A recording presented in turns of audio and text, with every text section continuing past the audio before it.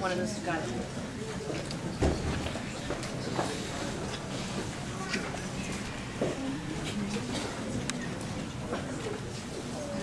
Good afternoon, friends. We'd like to encourage anyone that doesn't have a seat that could or would like to come up and sit up front. We have some seats that are available in the front. In behalf of the Davis family, we'd like to welcome one and all to the Kingdom Hall of Jehovah's Witnesses here for the memorial of our friend, family member, and sister, Gail Davis.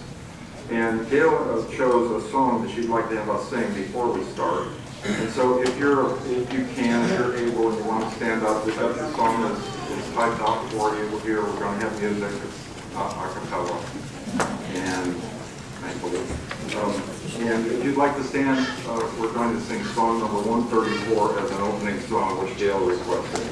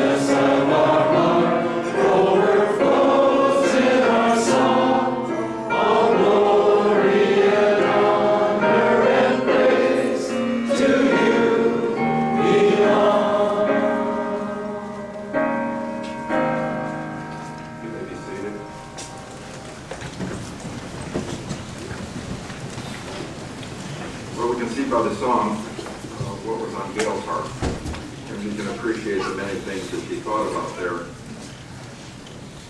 About 2 months ago, Gail asked me to prepare to give her memorial service, and as I did, I started talking to many of our friends, many of the family members, and one thing came out about Gail that didn't surprise any of us, it wouldn't surprise any of us, and that is that Gail was a happy sharer. If we were to ask for a raise of hands in this room, and the room adjoining, because we have 2 full rooms, of all the people that worked with Gail, loved Gail, lived with Gail, worshiped with Gail, how many do you think would raise our hands to say she helped us with this or she helped us with that? We don't want to raise hands, thank you, because I know everybody's hands would be up. But this is what some people told me, and prior to that, or before that, before I read those things, it occurred to me that because of her personality, she was a fulfiller of Scripture. By her life, she fulfilled Scripture. And the Scripture was in Acts 20 and verse 35, where Jesus had said, the apostles wrote it down, that Paul recorded it. Paul wrote it down, Luke recorded it. Anyway, but Jesus had said that there is more happiness in giving than there is in receiving. And that's what Gail did. She was a giver. So here's some comments that people made about Gail. She gave me love. Another one said, she gave me hope. She gave me courage. She helped me with my conviction. She shared encouragement with me. She helped me to find an apartment. How many of us got that help from Gail?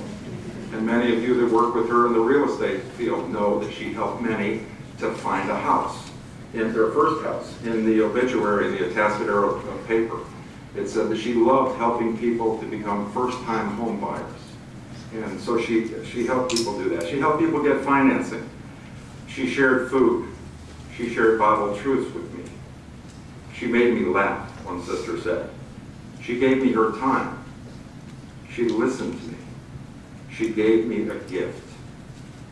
And as I thought, and certainly there's more people here, so there would probably be about 400 of these sayings that people said or more. But Gail did give all of us a gift at one time or another. And that's why we're here today. We're here to think about her as a person, but to also think about her spiritual side as we go on. So for some of you, this is the gift that Gail wanted to give you today, 3 weeks after she passed away. And the gift was that she wanted you to be here in the Kingdom Hall, to see what the Kingdom Hall was like, to see where she worshiped, where she studied about Jehovah God, where she studied about Jesus Christ. She wanted you to see that it's not a magical, mystical place, it's not anything weird, that we are just normal people as Jehovah's Witnesses, and she was. We're as normal as everybody else. We have daily cares and daily problems and daily worries, whether it's whatever it is, our health issues, it might be retirement, whatever it is.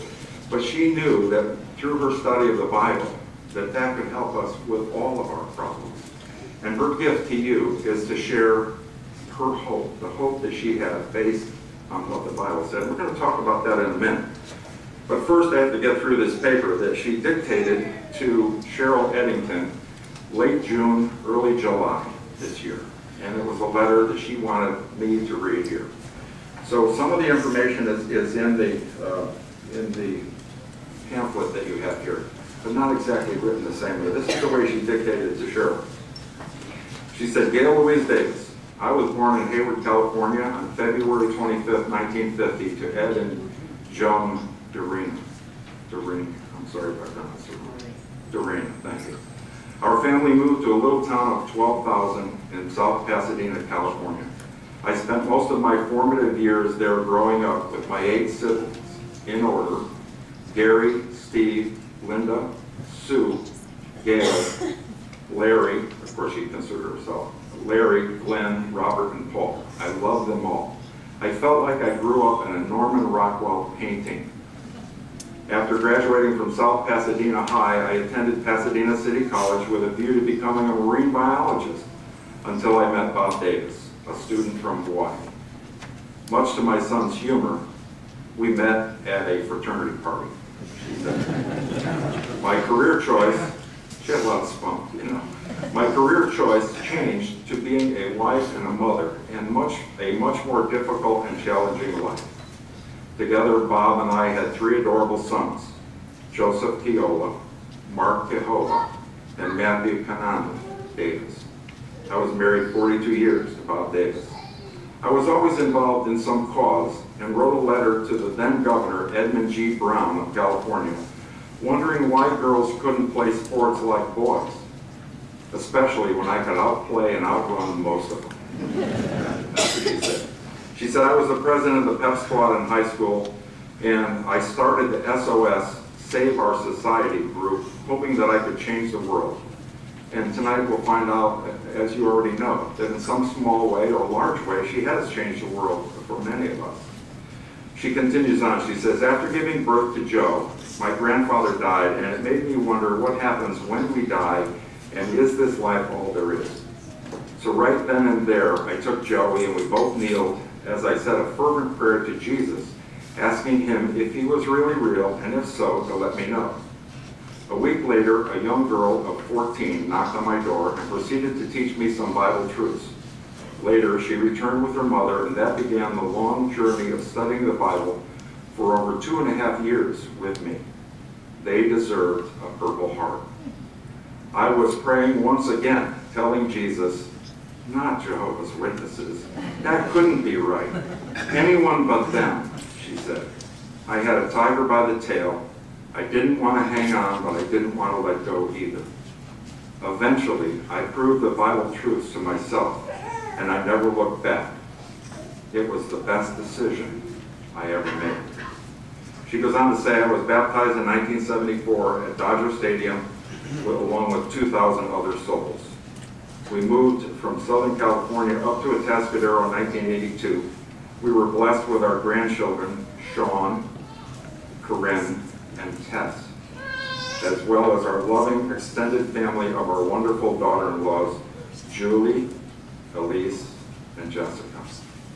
Their families became a part of ours. Jehovah has blessed us greatly. We have found many wonderful friends in this community through the years as well. I met many while as a waitress, volunteer, and real estate agent, and a preacher of God's kingdom. And her last statement was, my plate has been full. So there's part of the gift that Gail wanted you to have tonight, to know of her family's history and her family, and how spunky she was, that she could run faster than many of the boys. When we think about the many different hats that Gail wore, she wore that, or different roles that she fulfilled. She was a wife, she was a daughter, first of all, sister to her brothers, as she was an auntie to some. She was a mother, mother-in-law, grandmother. She was the wife of a career highway patrol officer. You think about that. You think about these different things, worrying about your husband coming home at night. And so she fulfills many of these roles, or carries many of these hats.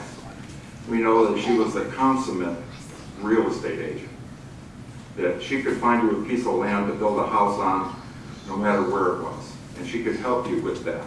And then in some cases, she wouldn't take a dime. What a wonderful woman she was. And so she had these natural qualities, but it's interesting that the gift that she wanted to share with us today, and most of us, all of us, was that the Bible actually enhanced her personality and helped her to become a better person. And you would think, well, how could she become any better? But the Bible can help us. And so these